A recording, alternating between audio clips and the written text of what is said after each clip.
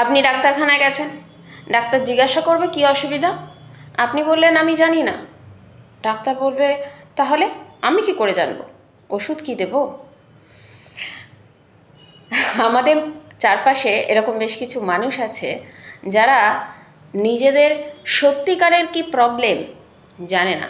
তারা সবসময় নিজেদেরকে খুব প্রবলেমেটিক ভাবতে ভালোবাসে। তাদের মনে হয় প্রতিদিন ঘুম থেকে ওঠা আর ঘুমাতে যাওয়ার আগে অবধি পুরো জীবনটাই ঝঞ্ঝাটে আছে এবং তারা খুব সমস্যায় আছে। আচ্ছা, আমি এমন অনেকজনের সাথে কথা বলে দেখেছি যে সমস্যাগুলো ঠিক কী, সমস্যাগুলো শুনলে হাসি পায় আমার। যেমন হয়তো আজকের জল এসে চলে গেছে, তার জল ধরা হয়নি।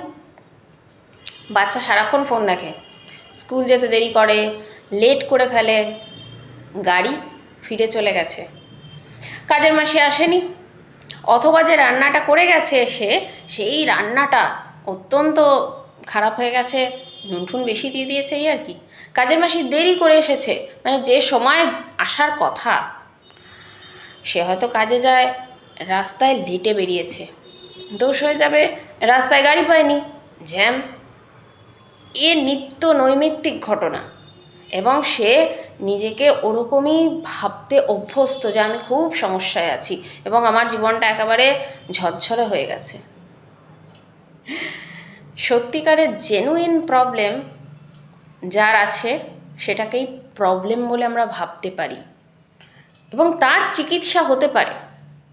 কিন্তু এই যা যা বললাম সেগুলো তো সবার জীবনেই অল্প বিস্তর এদিক ওদিক হয়ই, তাই না? এগুলো কি সমস্যা?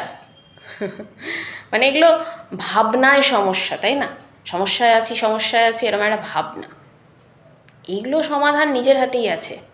কি করে করা যায় সে উত্তর অন্য কেউ দিলে ভালো লাগবে না, নিজেকেই বেছে নিতে হবে। কি ঠিক বললাম?